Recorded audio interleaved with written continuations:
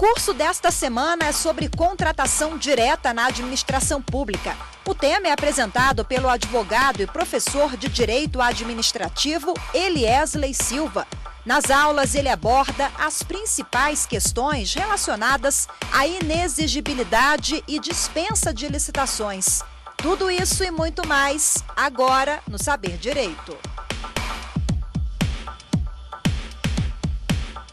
Olá, meu querido espectador, minha querida espectadora, seja bem-vindo à nossa quinta aula do programa Saber Direito da TV Justiça. Meu nome é Eliesley Silva, eu sou professor de Direito Administrativo, servidor da Câmara dos Deputados, advogado que atua em Direito Administrativo e Contratos Empresariais, além de autor de algumas obras na área jurídica. O nosso curso é a respeito de um tema relacionado a licitações públicas, que é a dispensa e a inexigibilidade de licitação. Eu queria até contar um pouco para você dos bastidores, do momento em que eu preparei esse curso para você, que nos assiste aqui na TV Justiça, que eu teria a opção, sim, de ministrar um curso geral a respeito de licitações públicas.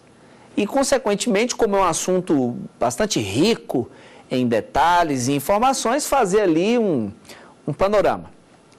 Todavia, eu preferi, ao invés de trazer esse panorama e, de uma certa forma, tratar todos os assuntos no nível superficial, eu resolvi pegar um microtema das licitações públicas, que é exatamente a contratação direta por dispensa e inexigibilidade, e fazer aqui uma imersão, aprofundarmos o estudo desses institutos das licitações públicas. Veja que, neste curso, nós já temos aí uma primeira aula em que falamos sobre o fundamento constitucional das licitações públicas, uma segunda aula em que tratamos a respeito da teoria geral da dispensa e a inexigibilidade, e a minha intenção foi fazer com que você entendesse as diferenças entre elas, a terceira aula em que tratamos da licitação inexigível, a quarta, licitação dispensada, e hoje nós completamos esse ciclo teórico do curso falando sobre a licitação dispensável. Se porventura você não teve a oportunidade de assistir às aulas anteriores, fique de olho, a TV Justiça tem aí o cronograma de reprise desse programa, dessas aulas, e é muito importante que você consiga completar todo esse ciclo, porque eu tenho certeza que ao final você estará muito melhor preparado, melhor preparada nesse assunto que é considerado, sem dúvida nenhuma, pelos alunos, o tema mais difícil do direito administrativo. E aí? Vamos começar a nossa aula? Licitação dispensável. A licitação dispensável ocorre é uma espécie que faz parte do gênero chamado dispensa de licitação. Então, a licitação dispensável está dentro da dispensa de licitação. E é importante só a gente relembrar, né? A dispensa de licitação ocorre no ambiente de viabilidade de competição, portanto, a administração pública, quando dispensa a licitação, ela dispensa mesmo que a licitação seja possível, isto é, a licitação é possível. Se o poder público for instaurar o procedimento licitatório, ele vai acontecer e vai chegar ao fim com um vencedor apto a ser contratado pela administração. Mas, embora seja possível, por um motivo ou outro, a lei vai dispensar a licitação. Isso já é bastante diferente em relação à inexigibilidade, não é isso? Porque na inexigibilidade, a administração, ainda que quisesse e tivesse toda a boa intenção de fazer o procedimento licitatório, não conseguiria, porque na inexigibilidade nós temos um ambiente de inviabilidade de competição. Portanto, tendo isso em mente, esse paralelo, voltando à dispensa, o rol de casos previstos em lei é taxativo. Ou seja, as hipóteses previstas em lei de dispensa de licitação são todas as hipóteses que podem acontecer no mundo real. A administração pública, querendo usar a dispensa de licitação como modo de fazer a contratação direta, precisa se embasar em alguma das hipóteses previstas em lei. Se eu, como administrador público, estou diante de uma hipótese, e esta hipótese não é exatamente aquela prevista em lei, ou seja, se não houver um encaixe perfeito entre a hipótese no mundo real e aquela hipótese abstrata prevista em lei, eu não posso fazer a dispensa de licitação, porque lá o rol é taxativo, é uma lista fechada, numerus clausus, para usar uma expressão em latim. E é exatamente nesse contexto que nós temos aí as duas espécies de dispensa de licitação, a licitação dispensável e a licitação dispensada. A respeito desse assunto, nós temos aí uma excelente pergunta feita por um dos nossos estudantes. Vamos dar uma olhada? Há poder discricionário quando se trata de licitação dispensável? Com toda certeza, há poder discricionário na licitação dispensável. É este, inclusive, o dado que difere a licitação dispensável da licitação dispensada, não é assim? Na licitação dispensada, as hipóteses previstas em lei acabam compondo o rol taxativo daquela questão referente à licitação dispensada. Eu quero dizer que, no que se refere às hipóteses de licitação dispensada, o legislador impõe ao administrador público a contratação direta. Ele não pode optar entre fazer a licitação ou realizar a contratação direta. O administrador é obrigado a fazer a contratação direta. Já na licitação dispensável, não. A licitação dispensável, o próprio nome já diz, dispensável, é uma hipótese, pode acontecer, pode não acontecer, e nessa circunstância a administração então terá poder discricionário para avaliar a conveniência e a oportunidade e escolher entre fazer a contratação direta ou fazer a dispensa de licitação, ou fazer a contratação direta ou fazer o procedimento licitatório. Eu quero aqui apenas parar um pouquinho para fazer uma observação muito importante com você. Talvez, para você que esteja nos assistindo desde a primeira aula, você esteja percebendo que algumas informações são colocadas de forma repetida no nosso curso. Isso não é um equívoco, nem algo que acontece por acaso, mas é algo intencional. Eu fiz questão de estruturar o curso de modo que algumas informações são repetidas 2 ou mais vezes. Por quê? Porque a repetição é a mãe do ensino. Só com a repetição é que nós conseguimos aprimorar o nosso aprendizado. Fica aí a minha dica para você que está me assistindo. Em matéria de aprendizado, eu avancei bastante porque aos 17 ou 18 anos de idade, eu comecei a estudar para concurso público. Isso para mim foi uma opção muito interessante naquele momento. E eu tive uma jornada nesse mundo do concurso bem complexa, porque eu fui reprovado várias vezes em concurso público. Então, eu tive, no primeiro momento, muita dificuldade de me organizar, de me disciplinar e de aprender a estudar. Por isso, eu fui reprovado em 10 concursos públicos. Mas, à medida que eu ia reprovando, eu ia verificando o que eu estava fazendo de errado e aprimorando o meu processo de aprendizado. E chegou um ponto em que eu consegui superar essa fase de reprovação e então fui aprovado em 10 concursos públicos. Óbvio que você que está nos assistindo não necessariamente está estudando para concursos públicos, mas essa minha experiência nesse segmento de concursos públicos acaba me habilitando para falar sobre aprendizado de um modo geral. E o que eu posso te dizer, seguramente, é que a repetição é a mãe do ensino. Quanto mais você repetir uma informação, melhor essa informação vai permanecer na sua memória de médio, longo prazo. Porque de nada adianta você assistir a um curso como esse, prestar muita atenção às aulas, eventualmente anotar, acompanhar com a lei, se daqui a 2 ou 3 meses você não conseguir se lembrar das informações. É por isso que, antevendo esse cenário, eu defini que algumas informações seriam repetidas várias vezes ao longo do curso, para que você pudesse fixar essas informações. Que mesmo que você não venha a ter contato com essa matéria nos próximos meses, essas informações fiquem em sua memória, porque efetivamente elas compõem a espinha dorsal desse assunto que nós estamos trabalhando. Então eu só queria fazer essa observação, porque porventura você pode às vezes achar um pouco repetitivo, mas não se preocupe. Eu sempre guardei algo comigo, informação assim fantástica, diz assim, quando você acha alguma coisa muito repetitiva, é aí que você está começando a efetivamente aprender isso. Toda vez que você está lidando com a informação e fica parecendo que é repetitiva, comemore. É a partir desse momento que o seu processo de aprendizado vai se consolidando. Porque até então, se tudo parece novidade, você está em fase de construção. A partir do momento que começa a ficar repetitivo, opa, alguma coisa aconteceu, alguma coisa foi edificada aí na sua memória, na sua mente, e isso é um fator extremamente positivo. Tudo bem? Então, feita essa observação, a gente volta aqui para falar sobre a licitação dispensável. A licitação dispensável está tratada na Lei 8666 de 93, no artigo 24. O artigo 24 estabelece as hipóteses em que a licitação é dispensável. Portanto, as hipóteses em que o administrador público, diante das quais, poderá optar por abrir uma licitação, selecionar dentre os interessados que participarem ou fazer a contratação direta do interessado que melhor lhe pareça, que tenha uma proposta mais vantajosa. E são 34 incisos. Quando a Lei 8666 foi publicada em 93, eram 24 incisos.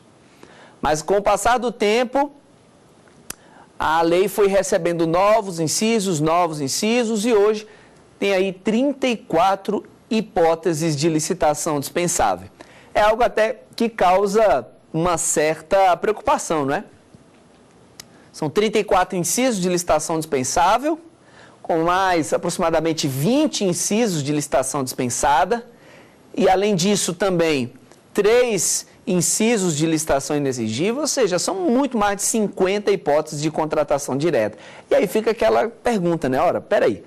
Se a licitação pública é a regra, se existe um princípio da obrigatoriedade de licitação, como assim eu vou ter essa circunstância em que simplesmente eu tenho 34 exceções à regra? Como é que eu posso ter uma regra com 34 exceções? Bem, é assim que, infelizmente, 34 só em licitação dispensável, né? E considerando todas as mais 50 e tantas hipóteses. É assim que, infelizmente, o nosso legislador tem trabalhado, ao meu ver, de modo até muito pouco conservador, digamos assim, sempre flexibilizando as hipóteses de contratação direta para envolver mais e mais casos. É o quadro que nós temos. Há no Senado Federal uma comissão que busca estabelecer uma minuta de texto de projeto de lei, que já, aliás, uma minuta de texto não, o próprio projeto de lei que já tramita um projeto de lei de uma nova lei de licitações e contratos. Já há uma série de medidas que vem se tentando melhorar, e o fato é que nós temos que aguardar, quem sabe aí nos próximos anos nós teremos uma nova lei de licitações e contratos. Mas no cenário atual é esta, em que eu tenho uma regra e 50 e tantas exceções à regra, algo até que desafia um pouco a nossa capacidade lógica de entendimento, né? 50 e tantas exceções não faz sentido. Enfim, fica aí a minha pincelada crítica à quantidade de hipóteses de contratação direta que nós temos no nosso sistema jurídico, mas enfim, o que a gente passa agora é falar exatamente de quais são essas hipóteses. Bem, como eu disse, são 34 hipóteses de licitação dispensável. E essas hipóteses podem ser divididas em alguns segmentos. Por exemplo, nós temos lá a licitação dispensável em relação ao valor, temos a licitação dispensável por conta da situação excepcional, temos a licitação dispensável em razão do objeto da contratação e temos a licitação dispensável em razão da pessoa, digamos, responsável pela licitação. Então, em razão do valor, em razão da situação excepcional, em razão do objeto e em razão da pessoa que irá realizar a licitação, o órgão ou entidade que irá realizar a licitação. Essas 4 segmentações da licitação dispensável é denominada, ela é trazida pela doutrina, porque a própria lei não guarda essa segmentação, a lei apenas tem ali 34 incisos ordenados do primeiro ao último. E a doutrina costuma separar esses incisos da licitação dispensável para melhor aproveitamento didático. É óbvio que aqui no nosso curso nós não teremos tempo para avaliar detidamente cada uma das 34 hipóteses de licitação dispensável. Então, eu selecionei algumas das mais relevantes aqui para tratarmos durante a nossa aula. Para você que tem aí a lei, seja impressa, num livro ou em formato digital, eu quero até fazer esse convite para que você abra a lei agora e leia comigo alguns dos incisos que compõem o artigo 34 da Lei de Licitação, artigo 24 da Lei de Licitações e Contratos. Venha comigo aqui para nós começarmos a avaliar a partir do inciso 1º. Olha o que diz o inciso 1º do nosso artigo 24 da Lei 8666. É dispensável a licitação para obras e serviços de engenharia de valor até 10% do limite previsto da linha A, no inciso 1 do artigo anterior, desde que não se refiram à parcela de uma mesma obra ou serviço, ou ainda para obras e serviços da mesma natureza e no mesmo local que possam ser realizadas conjunta e concomitantemente. Preste atenção que aqui nós temos a primeira hipótese, que é a licitação dispensável em relação ao valor. E exatamente sobre essa questão, nós temos uma pergunta dos nossos estudantes a respeito dessa licitação dispensável em função do valor. Vamos olhar? O que são compras de alto valor para efeitos de licitação dispensável? Muito bem. O inciso 1º, o qual eu acabo de ler, vai dizer o seguinte: para efeito de licitação dispensável, obras e engenharias, obras e serviços de engenharia acima de R$15.000, porque ele vai dizer até 10% do limite previsto lá no inciso 1º, no artigo 23, tarará, o que há lá é R$150.000. 10% de 150 mil é R$15.000. Portanto, quando se trata de obras e serviços de engenharia, consideram-se compras de alto valor, para efeito de licitação dispensável, aquelas que ultrapassam R$15.000. No caso de outras compras de serviços, como diz o inciso 2º, aquelas que ultrapassam R$8.000. Portanto, o que são considerados obras e serviços de baixo valor para efeito de licitação, obras e serviços de engenharia, R$15.000, outras compras e serviços, R$8.000. Consequentemente, tudo que superar 15.000 ou 8.000, conforme o caso, serão consideradas aquisições de alto valor para efeito de licitação. Qual é a ideia aqui? A ideia é a seguinte: eu vou fazer uma obra que custa até R$15.000, ou eu vou comprar um produto, contratar um serviço de até R$8.000. Às vezes, a energia que eu gasto, em termos de mão de obra humana, ou em termos de gastos com publicidade e coisas do gênero, não é compatível, não é equivalente com o próprio objeto da licitação. Imaginemos você instaurar um procedimento licitatório para comprar um equipamento de informática de R$700. É muito mais simples fazer a contratação direta, a compra direta em razão do pequeno valor. Mas é óbvio que, como eu disse, as hipóteses de licitação dispensável estão inseridas no poder discricionário. O administrador pode abrir processo licitatório para comprar um equipamento de informática de R$700?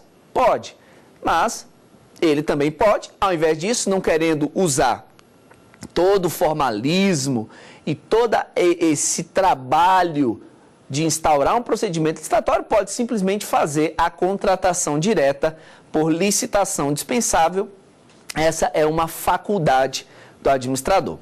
Agora, tome cuidado, por quê?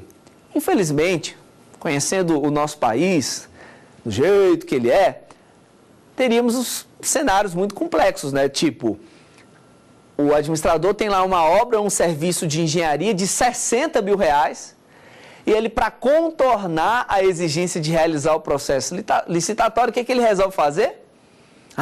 Eu vou fracionar essa obra de engenharia de R$60.000 em 4 parcelas de 15.000. Que beleza, olha, R$15.000. E aí o que eu vou fazer?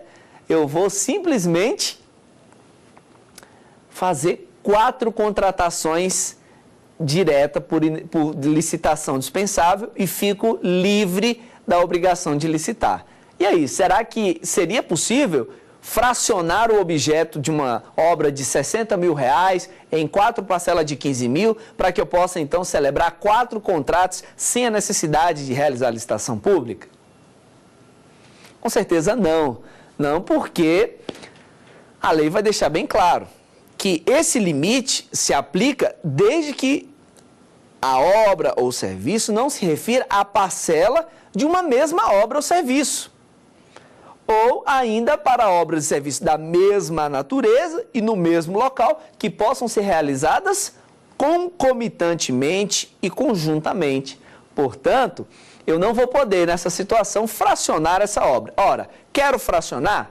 Tudo bem. A lei até permite o chamado parcelamento do objeto. Mas o parâmetro que eu vou ter para escolher se eu vou fazer a contratação direta ou se eu vou abrir o processo licitatório é o parâmetro do todo. Então, se eu parcelar uma obra em 4 parcelas, para definir se eu vou ter que fazer uma modalidade de licitação, se vai ser modalidade convite, tomada de preços, concorrência, ou até mesmo se vai ser uma contratação direta, eu jamais vou olhar para o valor isolado de cada parcela. Não, o valor isolado não me interessa sempre o montante. Como o montante no exemplo é R$60 mil, esse então vai ser o valor que eu vou ter como referência. E no caso, R$60 mil, caberia fazer a licitação na modalidade convite. Fica aí até essa ressalva. Obras de serviço de engenharia funcionam assim. Até R$150 mil eu posso fazer pela modalidade convite. Até R$1.500.000 eu posso fazer pela modalidade de tomada de preços. E acima de R$1.500.000 eu sou obrigado a fazer pela modalidade concorrência. Convite, tomada de preço e concorrência, tudo isso que eu estou falando está no artigo 23 da Lei 8.666. Agora, todo o restante que não for nem obra, nem serviço de engenharia, ou seja, outras compras e serviços, se o valor for de até R$80 mil, eu posso fazer por convite, até R$650 mil, tomada de preços, e acima de R$650 mil eu sou obrigado a utilizar a concorrência, e esses valores estão também previstos no artigo 23 da Lei 8.666. A Lei 8.666 é de 93, daí alguém me pergunta, professor, mas espera aí, esses valores eles não são atualizados? Ora, tem previsão na lei, lá nas disposições finais e transitórias, de que o presidente da República pode, por decreto, anualmente atualizar esses valores.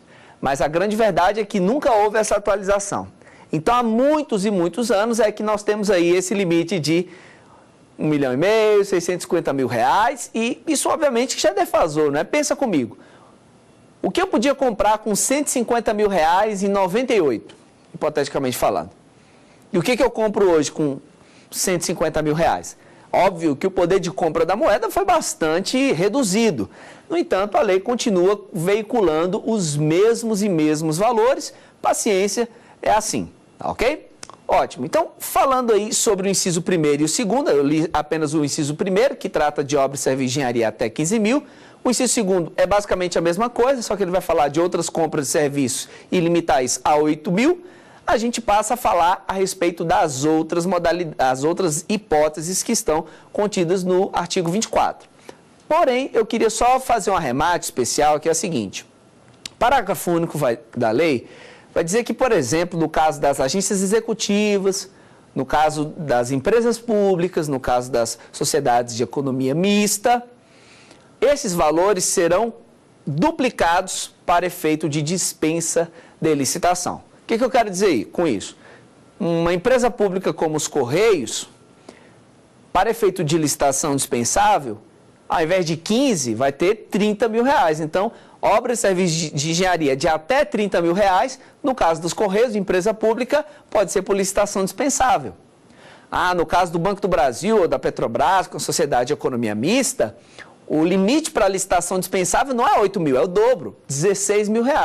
Então, outras compras e serviços das empresas públicas, sociedade de economia mista, agências executivas, de até 16 mil reais, não necessariamente eu faço licitação, porque é a hipótese de licitação dispensável, ok? Então, para estas entidades que eu acabo de citar, o limite para efeito de licitação dispensável é o dobro, 30 mil reais para engenharia e 16 mil reais para outras compras e serviços, ok? Portanto, aí vê-se um tratamento que a lei dispensou, um tratamento diferenciado para estas entidades.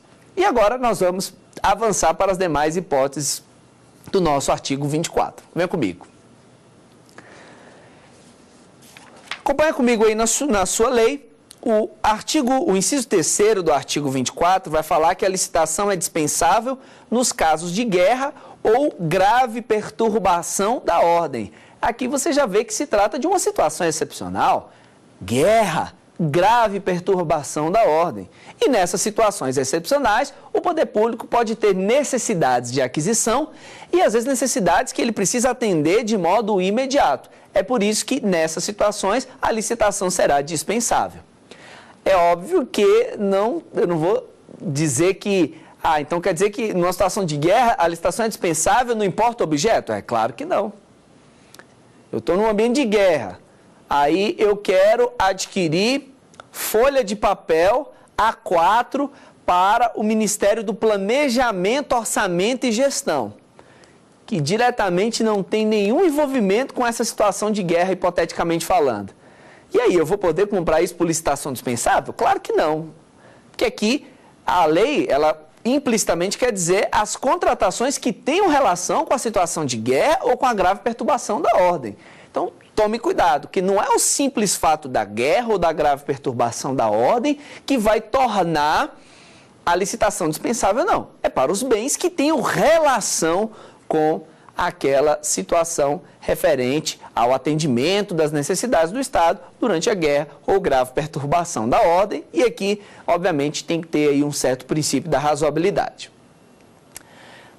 Para você que acompanha notícias e está sempre antenado, você já viu com certeza falar sobre contratações emergenciais do poder público. Contratações emergenciais. O Estado vai lá, numa circunstância de emergência, e contrata uma empresa de sua vontade, uma empresa de seu interesse em que haja aí uma certa vantagem. Como é que fica essa questão da contratação emergencial? Muita gente tem dúvida, inclusive um estudante nos trouxe uma dúvida especificamente em relação a isso e eu gostaria de trazer essa dúvida. Vamos ouvi-la. Quais são os requisitos para a contratação emergencial? Bem, as contratações emergenciais realmente são, talvez, nesse contexto da licitação dispensável, o tema mais crítico. Inclusive, no que se refere a questões envolvendo improbidade administrativa, é aqui que muitas dessas improbidades acabam acontecendo, porque a contratação emergencial ela é meio que irrecusável, não é? O poder público está numa situação de emergência. Por exemplo, a empresa que faz a manutenção da máquina de raios-x no hospital público, o contrato dela acabou, e o contrato acabou, já era. Ela vai ter que interromper, não tem mais contrato. Se não tem contrato, qualquer coisa que ela faça, inclusive nem pagamento ela pode receber.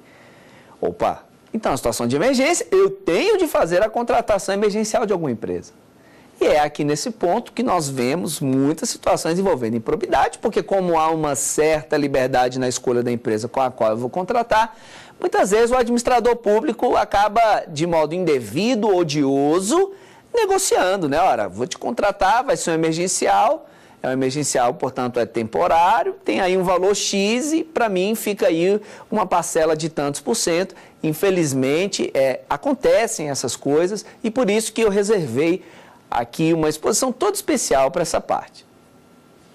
Você está comigo nisso? Nós temos agora, para falar sobre essa contratação emergencial, tanto o próprio texto da Lei 8666, que nós vamos fazer a leitura, quanto jurisprudência do TCU firmada sobre o assunto. Então, eu quero pedir agora toda a sua atenção. Se você estiver aí manuseando redes sociais, WhatsApp, espere um pouquinho, interrompa e, nesse momento, dê total atenção para mim, porque você vai precisar 100% de sua atenção para entender esse assunto, porque ele é relevante, tanto se você tem alguma finalidade prática para empregar esse conhecimento, como uma prova, um exame, quanto se você é meramente um cidadão que busca ampliar os seus conhecimentos. E fica aqui até os meus elogios à TV Justiça, com o programa Saber Direito. Eu mesmo, ainda no período de graduação, porque o programa é um programa que já está há certo tempo, há um bom tempo no ar, e eu mesmo no período de graduação, assim que o programa começou, tive a oportunidade de assistir aos vídeos da TV Justiça, o programa Saber Direito. Esses vídeos foram muito importantes para mim. E ficam aí os meus agradecimentos, meus elogios à TV Justiça por este programa que democratiza o ensino jurídico, torna o ensino jurídico algo difuso na sociedade. Muitas vezes uma pessoa que não tem disponibilidade, ou às vezes até interesse em iniciar uma graduação em Direito e ficar 5 anos ali nos bancos da universidade, ela apenas quer enriquecer seu conhecimento geral, inclusive a respeito do mundo jurídico, tem oportunidade aqui no programa Saber Direito, a possibilidade de acessar esses conhecimentos, e isso é simplesmente fantástico. Então, feito esse elogio, eu não poderia deixar à parte, porque foi muito bom para mim, eu espero que seja bom para você. Vamos aqui à Lei 8666, que no inciso 4º do nosso artigo 24, trata a respeito das contratações emergenciais. Venha comigo. Pega aí a sua lei, inciso 4º do artigo 24 da 8666, que vai dizer o seguinte: a licitação será dispensável nos casos de emergência ou de calamidade pública.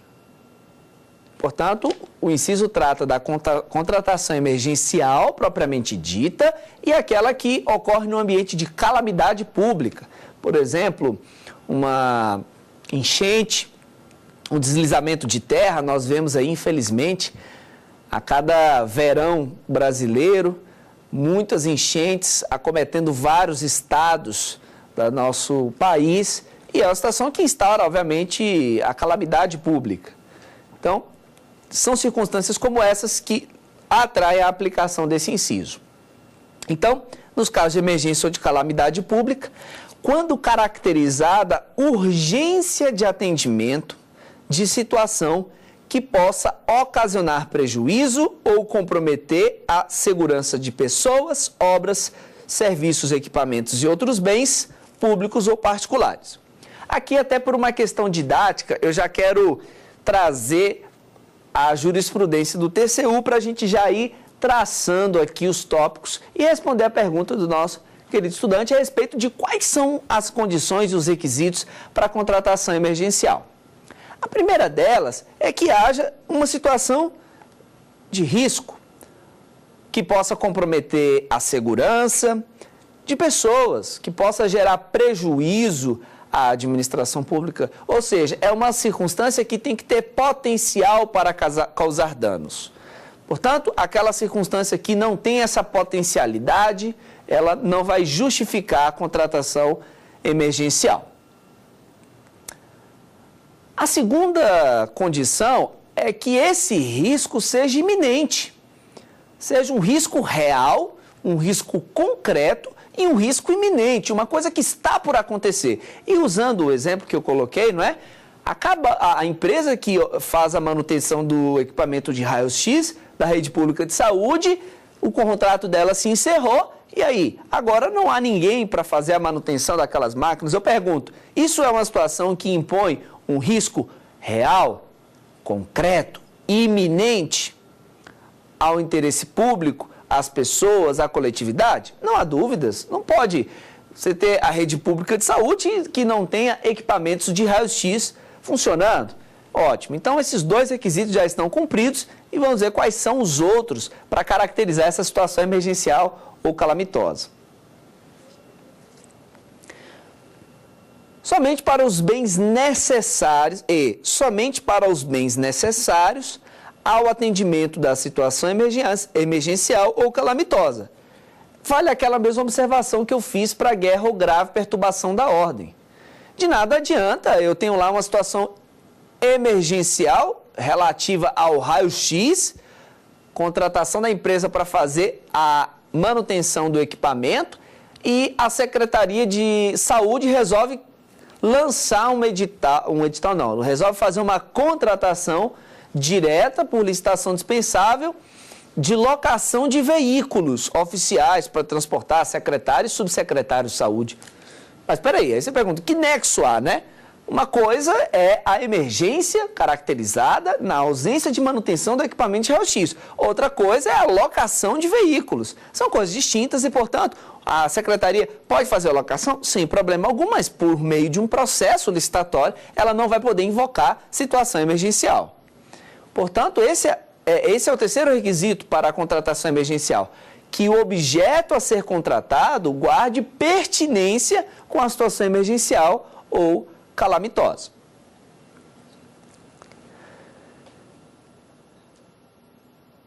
E para parcelas de obras ou serviços que possam ser concluídas no prazo máximo de 180 dias consecutivos e ininterruptos, contados da emergência ou calamidade, vedada a prorrogação dos respectivos contratos. Bem, qual é a ideia por trás desse prazo aqui? A lei vai dizer, então, o contrato emergencial, ele tem duração de 180 dias, ininterruptos, improrrogáveis. A lei deixa clara, é vedada a prorrogação desse contrato. Qual a ideia por trás disso? A ideia por trás disso é simplesmente de, com esse prazo, dar à administração a oportunidade de abrir uma nova licitação. Veja, o contrato da empresa que faz a manutenção acabou, eu não posso interromper o funcionamento do equipamento de raio-x, então eu faço uma contratação emergencial de uma empresa mediante licitação dispensável e o prazo dessa contratação emergencial é de 180 dias. Por quê? 180 dias é metade de um ano quase, eu não posso dizer que são 6 meses, porque 180 dias não são 6 meses, considerando que há mês com 30, 31, 28, se for ano bissexto, 29. Então, aqui não são 6 meses, são 180 dias. E, ora, 180 dias, que daí algo em torno de 6 meses, é prazo suficiente para que a administração faça o quê? Ora, eu então contrato uma empresa em caráter emergencial para que o serviço, a máquina, o equipamento continue funcionando e enquanto esse contrato de 180 dias vai sendo executado, eu já paralelamente tomo providências para instaurar um procedimento licitatório e aí sim contratar uma empresa não mais em caráter emergencial, mas contratar em caráter ordinário para que essa empresa faça a manutenção daquele equipamento de raio-x. Inclusive, a título de curiosidade, um contrato como esse que envolve serviços contínuos da administração pública pode ter a duração de 60 meses, 12 meses, prorrogável por 12 meses, até o limite de 60 meses, que é o mesmo que 5 anos. Então, esse contrato ordinário vai ter a possibilidade de durar até 5 anos, ao passo que o contrato emergencial não. Ele é de 180 dias, que é basicamente o período que a administração tem para instaurar um processo licitatório e contratar uma empresa assim, ordinariamente falando, ok? Então, esse seria mais um requisito para a contratação emergencial. Além desse requisito, eu trago aqui na jurisprudência do TCU um último requisito, que é que a emergência não tenha sido fabricada pelo administrador. Ou, colocando em termos mais formais, que a situação de emergência não possa ser atribuída ao administrador a título de ineficiência, de desídia, de má gestão administrativa. Gente, isso infelizmente acontece e é aqui que nós encontramos os casos mais lamentáveis de corrupção, improbidade administrativa e coisas do gênero. O que acontece, infelizmente, por aí? Acontece muitas vezes de um administrador público já tendo má fé, vê um contrato que envolve um serviço, um produto essencial, chegando ao fim, e ao invés de antecipadamente, ou seja, previamente, instaurar um processo licitatório, para que, quando o contrato atual chegar ao fim, já haver uma outra empresa vencedora da licitação para dar continuidade àquilo, o que o administrador faz? Fabrica emergência. Isto é, ele antevê o final do contrato atual e o que ele faz? Cruza os braços e, Deixa. Porque quando chegar ao fim, eu não instaurei licitação mesmo, não haverá empresa vencedora. Aqui está, não pode continuar, porque ela já está há 5 anos prestando serviço normalmente. Daí eu contrato aquela empresa daquele meu conhecido e a gente já tem um acordo assim assado. Infelizmente é assim que acontece. Portanto, o TCU diz que um dos requisitos para que essa contratação emergencial seja legítima é que essa emergência seja efetivamente uma emergência. Por exemplo, a empresa atual cometeu ilícitos contratuais graves e o Estado vai rescindir o contrato com ela, ou a própria empresa voluntariamente resolveu pedir a rescisão do contrato, ou até uma rescisão amigável, porque ela não está mais interessada em continuar executando o contrato. Ou seja, tem que ser uma situação que ocorra de modo, digamos assim, natural, sem fabricação humana por trás disso. Essa é a situação emergencial. Agora é óbvio, né? Mesmo que a emergência seja fabricada, imaginemos aí esse mesmo exemplo, porque é bom que a gente vai entendendo. Esse mesmo exemplo da máquina do equipamento de raio-x. Mesmo que a emergência seja fabricada, ora, eu não posso dizer, não, se a emergência é fabricada, eu não vou contratar. Eu tenho que contratar, as pessoas vão precisar do equipamento e o equipamento não estará disponível. Então, eu vou contratar, mesmo que a emergência seja fabricada. Mas, paralelamente ao processo de contratação emergencial, eu vou instaurar um processo punitivo contra o administrador público que fabricou a emergência. Ok? Então, apesar de eu dizer que um dos requisitos para a contratação emergencial é que a emergência não tenha sido atribuída ao administrador a título de dolo, má gestão, ineficiência, eu não posso dizer que, se isso acontecer, não haverá contratação emergencial, porque a emergência não espera. A emergência reclama a solução. Se ela reclama a solução, eu tenho que dar a solução. Porém, ao dar a solução, eu tenho que, então, punir esse administrador público que, de forma dolosa, de forma maldosa, fabricou essa emergência. Tudo bem? Ok. Então, com esses dados, nós temos o necessário para entender essas situações de emergência ou calamidade pública. E agora, eu gostaria de fazer comentários breves e sucintos ainda sobre outros artigos, outros incisos do artigo 24, já dizendo que estamos aqui indo para os momentos finais dessa nossa aula, mas eu queria deixar com você, assim, ainda alguns incisos que merecem atenção a título de licitação dispensável. Venha comigo, abra aí a sua Lei 8666. O inciso 5º, ele trata da hipótese de que a licitação é dispensável quando não acudirem interessados à licitação anterior. E esta, justificadamente, não puder ser repetida sem prejuízo para a administração, mantidas, neste caso, todas as condições pré-estabelecidas. Esse inciso 5º trata da hipótese da licitação deserta. Licitação deserta é exatamente isso. O poder público publica edital de licitação, mas no momento destinado às empresas a entregarem as propostas, ninguém aparece. É a licitação deserta, quando não sobrevêm interessados. E aí o que acontece? Quando a licitação é deserta, em tese, qual é a providência comum? É o poder público repetir a publicação do edital. Provavelmente, se a licitação ficou deserta, é porque há algum problema de especificação, né? O Estado especificou mal, ou talvez precificou mal, e talvez ele esteja querendo pagar muito barato por uma coisa que custa mais caro e nenhum empresário resolveu participar da licitação. Enfim, alguma coisa pode, digamos assim, ser o motivo dessa licitação deserta. Então, o correto é refazer especificações ou refazer a pesquisa de preços, alterar o projeto de alguma forma e republicar o edital. Agora, na circunstância em que não haja tempo hábil para isso, que o administrador demonstrar que ele não pode esperar todo esse trâmite de repetição da publicação do edital, então aqui ele tem a opção de fazer uso desse inciso 5º, que é a contratação de uma empresa diretamente no caso de uma licitação deserta. O inciso 6º trata da hipótese em que a União estiver que intervir no domínio econômico para regular preços ou normalizar o abastecimento.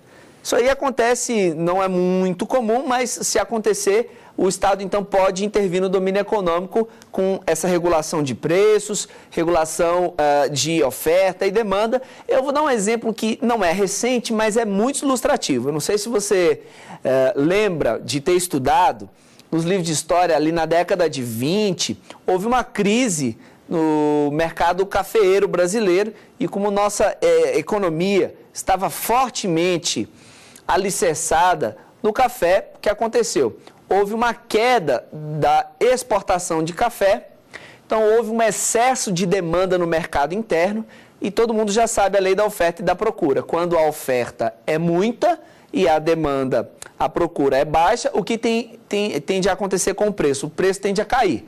E o Estado, para proteger a economia cafeeira, o que ele resolveu fazer? Ao invés de deixar os empresários irem à falência, o que o Estado fez? Comprou todo aquele excedente de café do mercado, diminuiu a oferta, equilibrou com a demanda e manteve os preços. A ideia, eu penso que inicialmente era comprar e, digamos assim, despejando esse café no mercado depois de modo gradativo. Mas aí não houve uma recuperação da conjuntura econômica e, por fim, eu não sei se você lembra, o poder público brasileiro acabou queimando todo o café que havia comprado, destruiu. Mas, em nome de um bem maior, acredito, segundo uma lógica, digamos assim, mais bem intencionada, que a intenção era preservar a nossa economia e preservar aqueles que mais a movimentavam, os fazendeiros, produtores de café. Então, esse é um exemplo clássico do Estado intervir no domínio econômico para regular preços, fazendo aquisição de produtos, diminuindo a oferta desse produto, tá bom? É apenas um exemplo, outros mais poderiam ser dados. Inciso 7º trata que a licitação é dispensável quando as propostas apresentadas consignarem preços manifestamente superiores aos praticados no mercado nacional, ou forem incompatíveis com os fixados pelos órgãos oficiais competentes. Caso em que, observado o parágrafo único do artigo 48, o que é o parágrafo único? Ele diz assim, essa hipótese aqui é a hipótese da licitação fracassada. Preste atenção, qual a diferença? A licitação fracassada ocorre quando eu tenho participantes naquela licitação, porém esses participantes ou todos são inabilitados por não terem os requisitos mínimos para contratar com a administração, ou todos são desclassificados por terem propostas em incompatibilidade com o previsto no edital. Ou às vezes é a especificação da proposta, que está diferente da do edital, ou às vezes, como menciona aqui, preços manifestamente superiores ao praticado no mercado. Então, se todo mundo estiver na situação, o que o Estado faz? Ele vai desclassificar todo mundo, e aí o que acontece? Ele tem que reabrir o prazo para que aqueles participantes tragam novas propostas, essas novas propostas adequadas. Se mesmo assim, se mesmo abrindo esse prazo, o Estado continuar, essa situação persistir, então a administração pública pode fazer a contratação direta de alguns deles. Entenderam a ideia? Licitação fracassada. Vieram participantes, no caso específico, todos apresentaram preços manifestamente superiores ao praticado no mercado. O que o Estado faz? Como isso aconteceu com todos, ele vai reabrir o prazo para que esses interessados tragam uma segunda versão da proposta, em valor mais baixo, espera-se. Mas se mesmo assim, nessa segunda oportunidade, essa circunstância dos valores, digamos assim, superfaturados, permanecerem, o que o Estado pode fazer? Pode fazer a contratação direta, então ele não é obrigado a continuar com aquele processo licitatório. Essa é a licitação fracassada e nisso você vê a diferença para a licitação deserta. Licitação fracassada, vem interessados, mas todos são desclassificados ou inabilitados. Licitação deserta, não aparece ninguém, ok? Mais um inciso apenas, aqui do nosso artigo 24, para encerrarmos a nossa aula. Quando houver, o inciso 9º, eu quero fazer um salto importante, só para a gente finalizar. Quando houver possibilidade de comprometimento da segurança nacional, nos casos estabelecidos em decreto do Presidente da República, ouvido o Conselho de Defesa Nacional. Aqui, talvez você se lembre da nossa famigerada história da compra dos caças aéreos. O Brasil aí, desde 2005, 2007, eu não tenho certeza a respeito da data, vinha com essa intenção de comprar os caças para as Forças Armadas Brasileiras e toda aquela história. E aí nós tínhamos ali participação de empresas francesas, holandesas e assim sucessivamente, suecos, eu não lembro bem os países envolvidos. E aí eu só quero lembrar que aquela coisa estava acontecendo naquele ambiente, porque efetivamente não era uma licitação que estava acontecendo, era uma compra que envolve a segurança nacional e, portanto, ela poderia se dar por licitação dispensável, ok? Então, só esse registro trazendo esse fato histórico, e esse é o nosso inciso 9º do artigo 24 da Lei 866. Muito bem, meus queridos, minhas queridas, essa agora é a 5ª aula do nosso curso Dispensa, Inexigibilidade e Licitação. Confesso que a minha vontade era passar mais e mais tempo com você, falar sobre vários e vários outros incisos do artigo 24 da licitação dispensável, mas infelizmente nosso tempo acabou, até porque esse curso ele precisa ter uma duração razoável para que fique bom para você, para que fique bom para nós, e o fato é que nós temos que encerrar agora, não obviamente encerrar o programa, a minha participação aqui no programa Saber Direito, nós teremos outras etapas, mas pelo menos no que se refere às aulas teóricas, esta é a última aula. Eu espero que ao longo da aula, em que nós aprendemos sobre as hipóteses de licitação dispensável, você possa ter tido um bom aproveitamento nessa matéria e que esse tema tenha ficado mais claro. E aí eu retomo a mensagem que eu dei na primeira aula. O papel do professor não é dizer todas as informações que o aluno precisa saber acerca de algo, mas dar ao aluno musculatura suficiente para que o próprio aluno consiga estudar. O bom professor é aquele que faz com que o aluno se torne intelectualmente autônomo, capaz de pegar o livro e estudar. Porque o angustiante mesmo é quando você desconhece um assunto e vai diretamente aos livros e não consegue entender nada do que você estuda e fica paralisado. O papel do professor é exatamente facilitar os primeiros passos e daí o aluno, depois que souber caminhar, vai com as próprias pernas e alcança seus desejos, seus objetivos de vida. E essa é a minha missão, foi a minha missão aqui, eu espero que eu a tenha cumprido, portanto, aqui eu me despeço. A nossa 5ª aula do programa Saber Direito da TV Justiça, o curso Dispensa, Inexigibilidade e Licitação, fica aí meus abraços efusivos para você, professor Eliesley Silva. Tem dúvidas sobre o assunto? Então manda um e-mail para saberdireito@stf.jus.br. Você também pode estudar pela internet. É só acessar tvjustiça.jus.br.